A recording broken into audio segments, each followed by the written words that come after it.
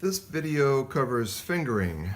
When we first learn piano from music teachers, they put us onto scales and they go, you have to learn the scales. 2, 3, 4.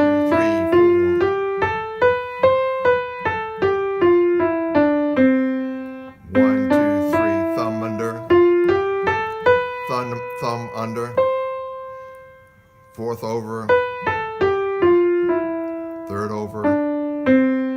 But look at this. Why do you have to do it that way? You don't have to do it that way. It's one way to do it, and it's good to practice that. But suppose you just wanted to do this.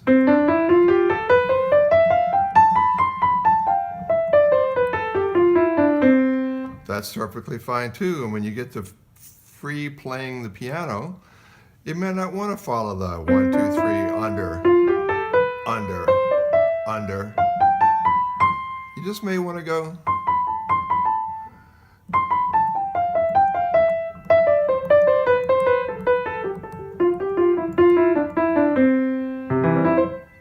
Okay, that's fingering on runs or scales. Scales being the names of the notes is the way I like to use it. A run is a collection of those notes put in a sequence, like here's a run.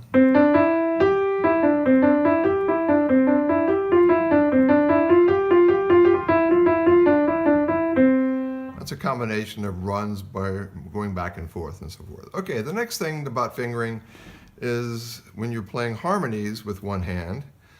Say you're doing thirds. A third is interesting with scales because a third should mean an interval of 4 semitones, but sometimes if you're in a scale and you're playing there are minor thirds, that's only 3 semitones. But I would say in general a third would be, that's a third run or a melody in thirds.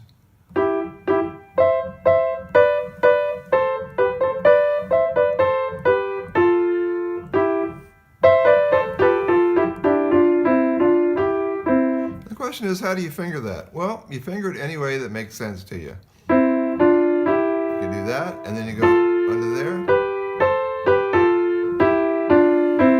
So you run out of fingers, you put your thumb under, and you jump quickly to that. And you run out of fingers, you go jump over to that. And the pedal helps there, you don't have to worry about it so much.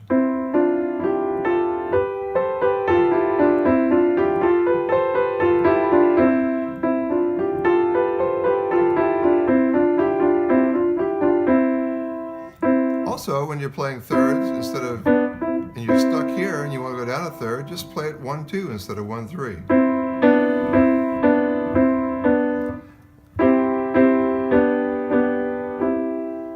So when you're playing like chord progressions and you have 2 sets of thirds, then you're going to change the lower set of thirds. You just move it to 2, 1, 2. So another way to play thirds.